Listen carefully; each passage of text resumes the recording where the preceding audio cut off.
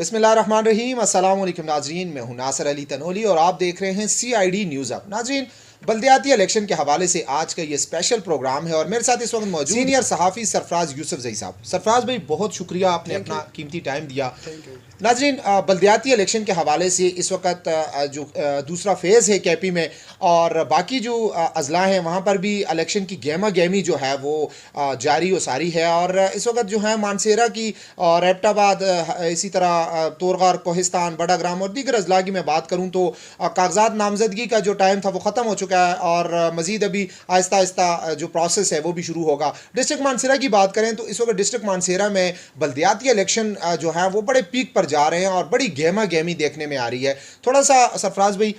इस वक्त बहुत सारी जो हमारी पार्टियां हैं, हमारे नाजरीन को भी हम बताते चलें कि पाकिस्तान मुस्लिम लीग नून, इसी तरह पाकिस्तान तहरीक इंसाफ, जमीयत उलमा इस्लाम, इन तीनों बड़ी पार्टीज़ में और इनके जो तीनों के मजबूत उम्मीदवार हैं, इस वक्त तीनों पार्टीज़ की जानिब से जिन जिन लोगों को टिकट दिए गए हैं वहाँ पर तनकीद बहुत ज़्यादा की जा रही है और प्रेशर ग्रुप भी बन गया है। और बाज़ नून लीग के तो कल से पोस्टें भी लग रही हैं कि बगावत उनकी दरमियान हो गई है, बागी ग्रुप भी आ गया। इसी तरह PTI में बागी ग्रुप भी आ गए हैं, जमीयत उलमा इस्लाम में भी बागी ग्रुप आ गए हैं जो सबके सामने हैं। और इस वक्त जिन उम्मीदवारों को जिन उम्मीदवारों को पार्टी की जानिब से टिकट दिए गए हैं उनके मुकाबले में पार्टी के ही मजबूत लोग जो हैं वो मैदान में आए हैं और उन्होंने अपने कागजात भी जमा करवा दिए हैं और उन्होंने ऐलान किया है कि वो जो है वो अपना इलेक्शन जो है अपने जो पार्टी के टिकट होल्डर कैंडिडेट हैं उनके मुकाबले में जो है वो टिकट उनको नहीं दिया, तो इसी वजह से वो इलेक्शन जो है वो लड़ेंगे और धूमधाम से लड़ेंगे। सरफराज भाई, इस वक्त तीनों बड़ी पार्टीज़ हैं और बड़ा ज़बरदस्त किस्म का इलेक्शन का वो माहौल बना हुआ है, लेकिन देखा जाए तो तीनों पार्टीज की वर्कर जो हैं, मजबूत वर्कर जो हैं, उनकी जानिब से तनकीद शुरू है और वो लोग मैदान में आ गए हैं और ये कहा यह जा रहा है कि पैसे के जोर पर उन्होंने टिकट दिए हैं। ये भी कहा जा रहा है कि जमीयत उलमा इस्लाम के मुफ्ती कफ़ायतुल्लाह साहब कह रहे हैं कि जी उन्होंने जमीयत ने जो टिकट दिया है वो पैराशूटर उम्मीदवार को दिया है। इसी तरह मुस्लिम लीग नून की जानिब से भी यही तनकीद की जा रही है, पुराने जो वर्कर हैं, जो अहदेदार हैं, उनकी जानिब से यही कहा जा रहा है कि पैसे देकर उन्होंने टिकट दिया है। बाकी भी यही सिचुएशन है, तो किस तरह देखते हैं इस चीज़ को आप? शुक्रिया नासिर भाई और शुक्रिया CID न्यूज़, बहुत अच्छा प्रोग्राम आपने शुरू किया है। आपने ये जिक्र किया है कि इस वक्त जो हमारे तीनों बड़ी पार्टियां हैं उनके कैंडिडेट के दरमियान इख्तिलाफात है, टिकट पर इख्तिलाफात है। मुस्लिम लीग नून ने भी टिकट जारी कर दिया, जमीयत ने भी कर दिया और तहरीक इंसाफ ने भी कर दिया। बाकी तो चलो छोटी पार्टियाँ हैं, लेकिन असल मुकाबला हमारे डिस्ट्रिक्ट ज़िला मानसरा में इन तीनों पार्टियों के दरमियान था। अभी असल बात यह है कि सिर्फ मुस्लिम लीग को अगर हम ले लें तो तकरीबन 8 से 10 उम्मीदवारों ने कागजात नामजदगी जमा करवाया और उस दिन आप मौजूद थे कि ज़फ़र महमूद साहब ने प्रेस कॉन्फ्रेंस किया और उसने कहा कि 4 तारीख से पहले हम फ़ैसला करेंगे कि टिकट किसको दे और किसको न दे। बहरहाल वो जब कागजात जमा हुए तो अभी आप ये पोस्टें भी देख रहे हैं कि भाई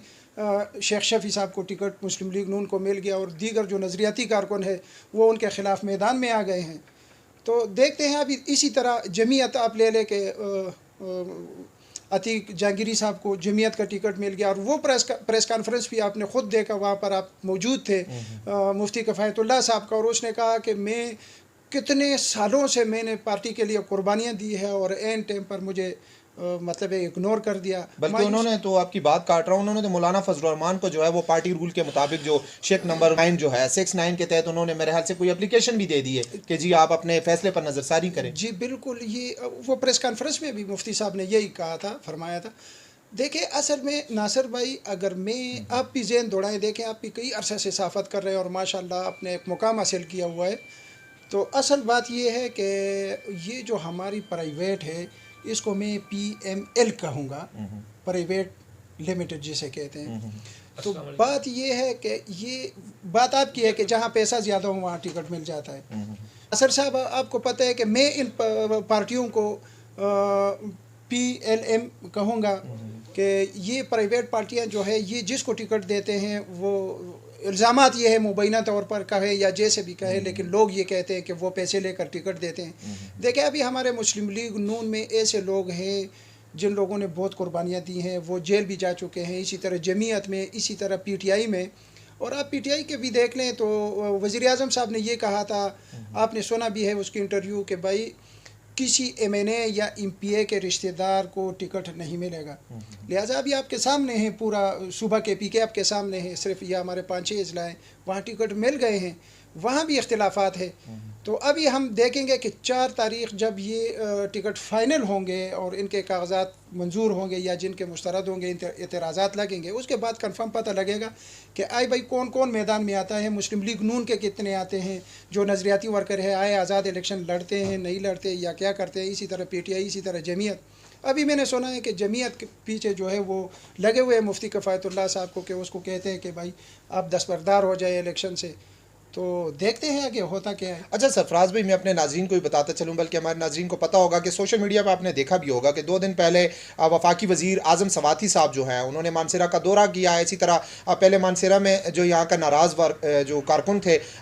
उनसे मुलाकात की है, जिसमें डॉक्टर इशफाक जो हैं, अजमल सवाती हैं, दीगर जो थे वो भी बैठे हुए थे। तो उन्होंने वहाँ पर उनसे बातचीत भी की और मुबैना तौर पर हमें ये भी पता चला है कि उन लोगों को उन्होंने कहा, उनकी अंदरूनी कहानी का थोड़ा सा मैं आपको बताता हूँ। मुबैना ज़राए ने हमारे ये बताया था जो वहाँ पे मौजूद थे। तो उनके मुताबिक ये था कि जी उनको आज़म सवाती साहब ने उनको कहा जी कि आप अभी पार्टी के वसी तर मफाद में आप इस चीज़ को देखें, आपको तो अगर उस हिसाब से आप भी खड़े होंगे, दूसरे भी खड़े होंगे, तो जिस उम्मीदवार को टिकट दिया गया है वो तो फिर उसकी जीत के जो है वो हालात बहुत ज़्यादा ख़राब हो जाएंगे, PTI का वोट बैंक जो है वो बढ़ जाएगा। और उनको ये कहा गया है मुबैना तौर पर कि जी आपको आगे जब ओहदे देंगे तो उसमें आपको एडजस्ट करेंगे, अभी आप बैठ जाएं। तो वहाँ पर फिर उन लोगों ने ये कहा कि जी हमने तो बड़ा यहाँ पर कन्वेंशन किया था, फिर हमारी बेइज्जती होगी, तो कोई रास्ता बताएं। तो उन्होंने कहा जी कि आप कागजात जमा करवा दें, इलेक्शन ऑफिस जाएं, वहाँ पर कागजात वगैरह जमा करवा दें, कुछ दिनों बाद आप फिर वो बात वहीं आती है सरफराज भाई के पार्टी के वसीतर मफाद में तो बैठ जाएंगे, तो अच्छी बात है, मैं तनकीद नहीं कर रहा, बट ये है कि कुछ तरीकाकार होना चाहिए उसमें। और आज़म सवाती साहब की बात, और अभी आपने मुफ्ती साहब की बात की, तो मुफ्ती साहब का भी कुछ ऐसी सिचुएशन थी, हमने बहुत पहले भी कहा था कि मुफ्ती साहब को वैसे तो अंदरून खान स्पोर्ट थी, बट ये था कि मौलाना फजल रहमान साहब जब आए थे मानसेरा में तो उनका जलसा करवाने में मेरे ख्याल से जो अतीकुर रहमान जहांगीरी साहब हैं इनका बड़ा रोल था, जलसा करवाया, बड़ा खर्चा वर्चा भी करवाया। तो लाजमी बात है फिर उन्होंने देखना है, और आगे उन्होंने हालात ऐसे बन गए हैं कि इस वक्त अगर कोई भी कैंडिडेट सामने आता है तो उसके पास पैसा होना ज़रूरी है। तो अतीकुर रहमान जहांगीरी साहब जो हैं उन्होंने पैसा दिया, और नून लीग के वहाँ पे तनकीद हो रही है। तो JUI की मैं बात करता हूँ, JUI के ही साबका अहदेदार, मौजूदा अहदेदार भी, और हत्ता कि मुफ्ती किफ़ायतुल्लाह साहब और उनकी जो मीडिया सेल है वो भी ये इल्ज़ामात लगा रहा है कि जी इतने पैसे दिए, इतने करोड़ दिए, और मौलाना नासिर महमूद साहब पर बड़ी तनकीद की जा रही है। ये हम नहीं कह रहे, ये आप सोशल मीडिया उठाकर देख लें, ये उनका मीडिया सेल जो है वो ये बातें कर रहा है। वला आलम के इसमें कितनी सच्चाई है ये उन लोगों को पता होगा, लेकिन हम उस पर बात कर रहे हैं, ऐसी बात भी नहीं होनी चाहिए। तो सरफराज भाई, इस वक्त PTI की मैं बात करता हूं, तो PTI के जो नाराज़ कारकुनान थे, सुनने में जिस तरह मैंने अभी बात भी की कि आज़म सवाती साहब आए हैं तो उन्होंने उनके साथ कोई मुबैना डील भी कर ली है, तो कैसे आप इस चीज़ को देखते हैं कि जब वो बैठेंगे तो ये किस साइड पे जो है वो बैठेगा? नासिर साहब, बात सिर्फ यहाँ पर PTI की नहीं है, जो सिचुएशन PTI में है यही सिचुएशन दीगर पार्टियों में ऐसे ही है, तीनों बड़ी पार्टियों में ये सिचुएशन है। लेकिन मैं तो PTI, मुस्लिम लीग और जमीयत सबको, जितने भी उम्मीदवार है या नज़रियाती है, मैं तो उनसे ये रिक्वेस्ट करूँगा कि पार्टी के फैसले पर वो अमल दरामद करे, और पार्टी ने जिसको भी टिकट दिया तो वो उसका साथ दे और इलेक्शन लड़े। अगर इनके इख्तिलाफात इसी तरह बरकरार रहे, PTI के अंदर भी, जमीयत के अंदर और मुस्लिम लीग नून के अंदर, तो जो फ़ायदा होगा वो आज़ाद उम्मीदवार उठाएगा। और वो यकीन ये है कि लोग मुतनफ़र हो चुके हैं कि भाई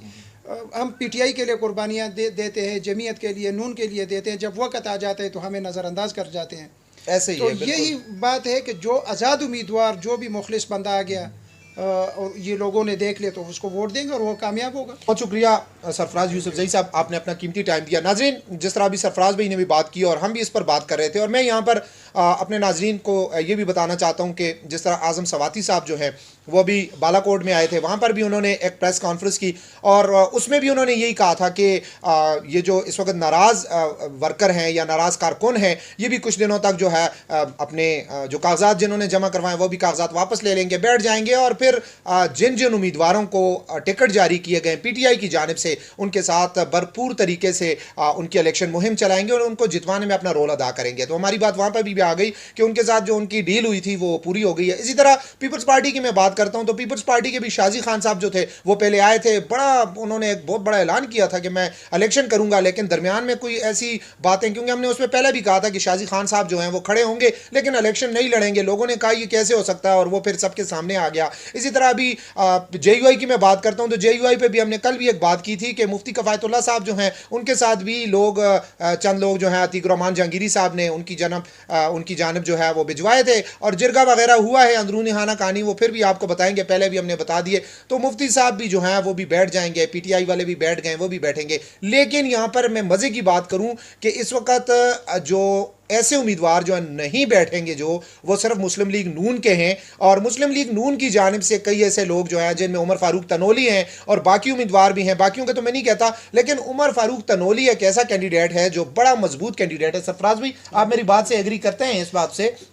कि वो बंदा भी दिन रात कोशिश कर रहा है, लेकिन नून लीग को भी जिस तरह PTI के बड़े यहाँ पर आए हैं, JUI के भी लोगों ने अंदरून खाना अपने नाराज़ लोगों से रब्ते किए हैं, तो नून लीग के लोगों को भी अपने नाराज़ लोग जो हैं उनसे रब्ते करने चाहिए और इस मामले को किसी न किसी जानब बैठ कर करना चाहिए ताकि उनके उम्मीदवार के वोट ख़राब ना हो। लेकिन अगर ये मामला इसी तरह रहे तो बात वही सरफराज भाई वाली है कि वोट कोई और ले लेगा। तो बात PTI की हम करेंगे तो PTI के उम्मीदवार भी इस वक्त तीनों तहसीलों में जो हैं बड़े मजबूत कैंडिडेट जो हैं वो यहाँ पर सामने आ गए हैं, उनकी कैंपेन भी शुरू है, नून लीग की भी शुरू है, इसी तरह JUI की भी शुरू है। देखते हैं ये ऊँट किस करवट बैठता है और लम्हा ब लम्हा आगे आगे जैसे जैसे लोग बैठेंगे, कोई खड़े होंगे, किन के कागजात मुस्तरद होंगे, वो भी आपको दिखाएंगे। और इस वक्त मानसेरा में ये तीनों पार्टियों की सर जंग जो है इनके वर्कर्स की आपस में शुरू हुई है, ये कैसे ख़त्म होगी, कैसे ये मामलात होंगे, इस पर भी हम बात करेंगे। अगले प्रोग्राम तक मुझे और सरफराज भाई को दीजिए इजाजत, एक नए प्रोग्राम के साथ दोबारा हाजिर होंगे। अपना ढेर सारा ख्याल रखिएगा।